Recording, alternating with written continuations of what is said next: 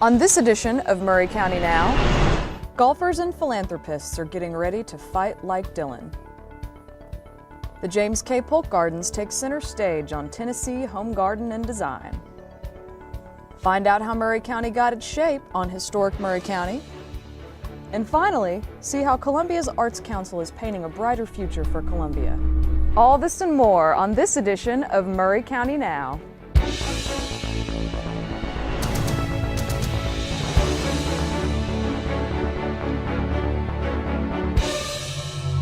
Hello, and welcome to Maury County Now, Columbia and Maury County's news show covering the events, ideas, groups, and happenings in and around Maury County.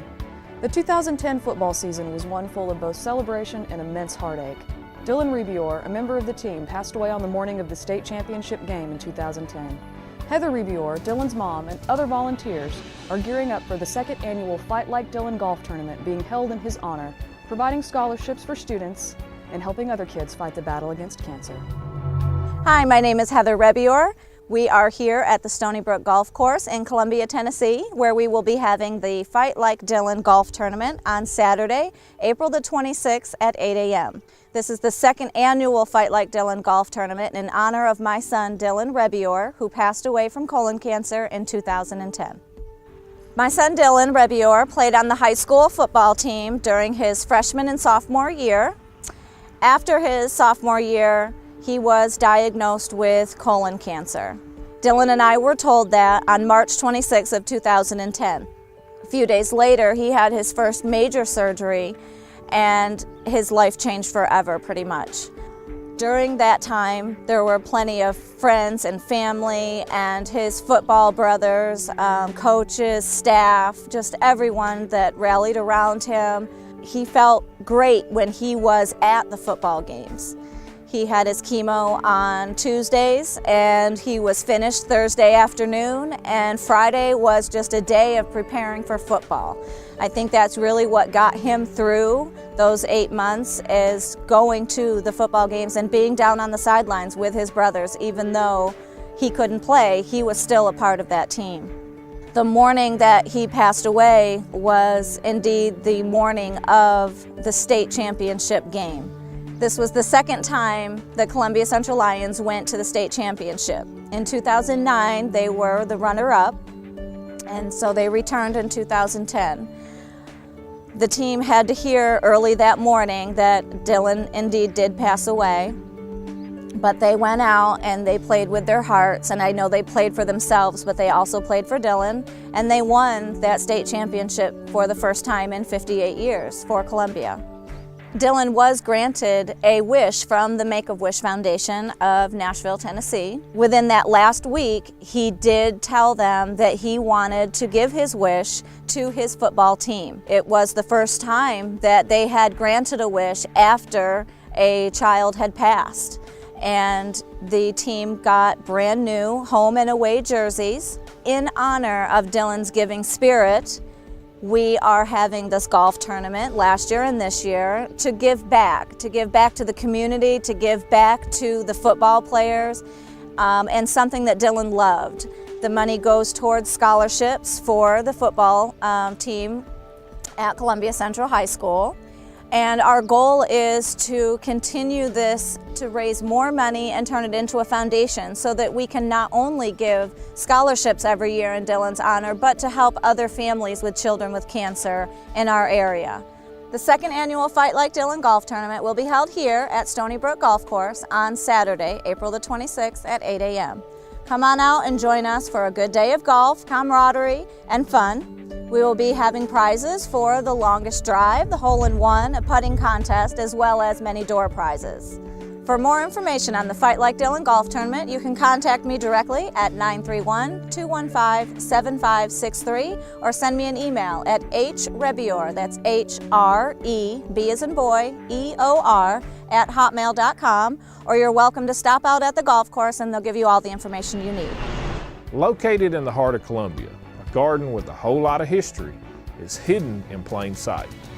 Here's Bratton with another edition of Tennessee Home Garden and Design. Hi, I'm Kyle Bratton with Rocky Top Outdoors, and welcome to this edition of Tennessee Home Garden and Design. Today we're at the Polk Home at downtown Columbia, touring the gardens with Jaynes Abdallah, historical interpreter for the Polk Home. Hi, I'm Jaynes Abdallah, and I'm a historical interpreter here at the James K. Polk Home. Today we'll be walking through the gardens. In the 1820s, when James K. Polk and his family lived here, this was probably a small subsistence farm that encompassed almost this entire city block. It would have featured a large vegetable garden, an herb garden, and also animals such as chickens and pigs. In the 1940s, Olive Hatcher helped plan the gardens as they are today, with the formal English boxwood garden as well as the azalea garden behind it. Behind me is a cast iron fountain that was removed from the president's property in Nashville in 1901 when the property was sold. The gardens also feature decorative urns from the Nashville property as well.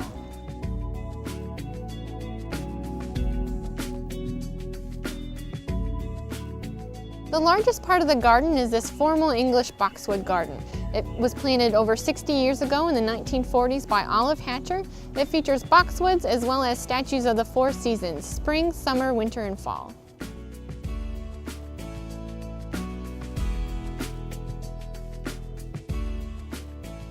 The back of our property features a beautiful koi pond. This is also where we host our annual summer camp, Polk Academy. For more information about that, please visit our website, www.jameskpolk.com.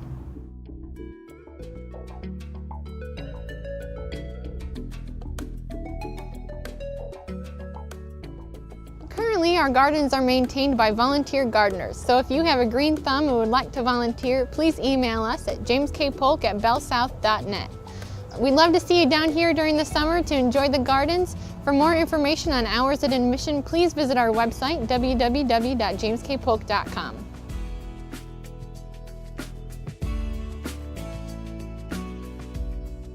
If you have any landscaping questions, give me a call, 615-392-0751, or go to my website, RockyTopOutdoors.com. I'm Kyle, we'll see you next time.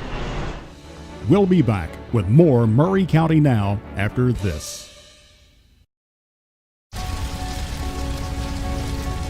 A single ember from a wildfire can travel over a mile. That ember can ignite and destroy your home or community.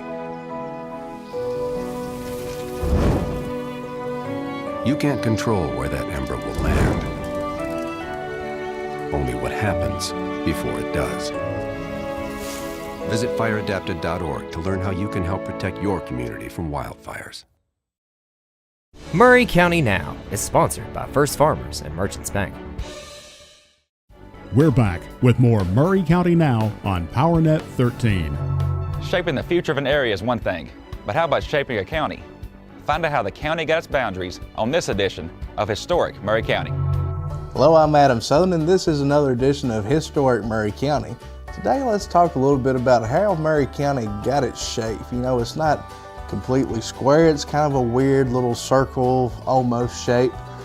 So a lot of stuff's gone into making the county look the way it does today. Now, we've talked a little bit before about how Maury County was founded in November of 1807 from Williamson County lands and Indian Territory lands.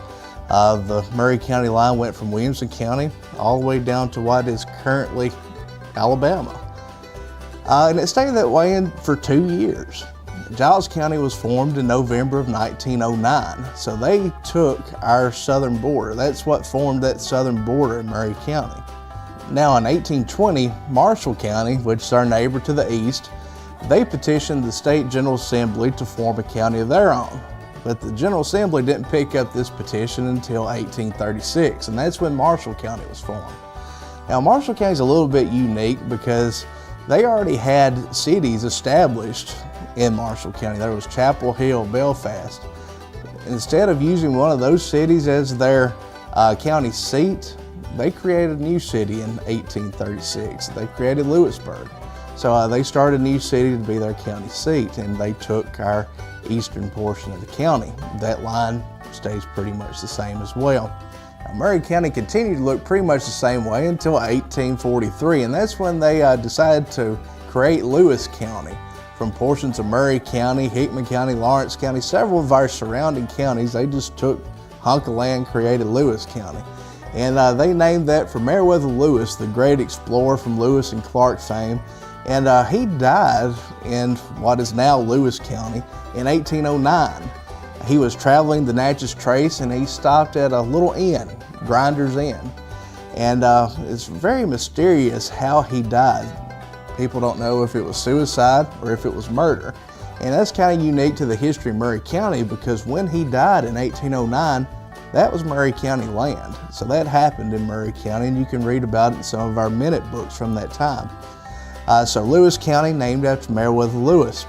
And having all those counties created pretty much made Maury County look the way it does today. And the county still looks pretty much that same way, except for that little jut there in the northern part of the county, where Maury County kind of juts into Williamson County a little bit, where Spring Hill is. And that happened sometime around between 1890 and 1900. So that's when that took place. And Maury County stayed pretty much the same way for over 100 years now. I'll give you a little bit of statistics about Maury County. 1820, Maury County had around 2,500 people. 2,500 people. 1860, 4,700 people. 1940, we're up to 40,000 people. And today we have 84,000 people. So you can see the progression of how people have come into the county. You know, we are a big county now. We've come a long way from the 1800s. And how did I find all this information? I used the resources of the Tennessee Electronic Library to find all of this. They have maps, census records. You can look at the population from every census year. All this is available through your local library. So come see me. I'll show you how to use it and show you everything else the library has to offer. Thank you. The City of Columbia has created a new council to bring local arts and humanities into the 21st century. The Columbia Arts Council is comprised of local arts enthusiasts and artistic leaders from around the city. We spoke to Chairman Joe Kilgore and other council members about the council, its mission, and how they plan on promoting all the arts. Hello, my name is Joe Kilgore, and I'm fortunate to be the chairman of the Columbia Arts Council, a newly formed council in the city of Columbia to help promote the arts in our region. Columbia has so many rich assets as far as the arts are concerned. The Arts Council helps formalize the process of coordinating all of the things that go on within Columbia within the arts. It also provides a clearinghouse for organizations that may want to come into our community, create a new arts event or a new arts organization. One of the great things about the Art Council, the membership that's represented on the council, is a very diverse group of individuals. Some do represent arts communities, and some are individual artists, and then some are just people like me who are just interested in promoting the arts in Maury County. The arts somehow grabbed me when I was in college. It was something that did grab me. I don't know what the magnetism was, but I could grasp it. I could grasp it in a way that I thought was profound and would go with me. The artists are here. It's just something that's natural to me to be involved with the arts that are already here and promote them in a way that people can be intrinsically interested like I seem to be. I wonder why everybody else isn't. So I kind of promote that. The Arts Council really was the vision of our city leaders, from our city council to our city government. They saw the need to take all of these wonderful assets that we had in the community, to pull together a committee to create the council, to form the bylaws, and I was asked by Mr. Wayman Hickman, who's on the State Arts Commission, to assist in doing that, and through that process became the chairman, and I'm really looking forward to seeing what we're going to do in the future for Columbia. The idea behind it really, what my first memory of it is from a city council strategic planning session where we just talked about the things that we see happening downtown, the number of events, the requests that we're getting for events. And they just said, what can we do to support these organizations and really tie it to economic development for Columbia? The Arts Council's role in Columbia really is to promote the good things that we already have going on. We have tremendous talented artists, songwriters, musicians here that are an untapped resource for us, and we'd like to just help promote them throughout the region and I guess possibly attract new artists to Columbia. One of the first things we want to do with the Arts Council is to get everyone engaged. We want artists to register with the Arts Council at arts@columbiatn.org. Register your name as an individual artist and what type of art you have. Then also arts organizations. We want to put together an entire database so we can help combine efforts and help do cross promotion for those. And then we want to serve again as a clearinghouse to organizations that want to come into the community and provides arts events for Columbia and the region. To find out more about the Columbia Arts Council, you can go to the Columbia City website and look for the Arts Council tab, and we'll have a calendar of events on there, as well as a place that you can register your information for the Arts Council to receive more information on our events. To find out more information about any of the stories you've seen on this edition of Maury County Now, check out our website at maurycountynow.com and look in the show notes for more details. Maury County Now is sponsored by First Farmers and Merchants Bank. Thanks for watching Maury County Now, and we'll see you next time.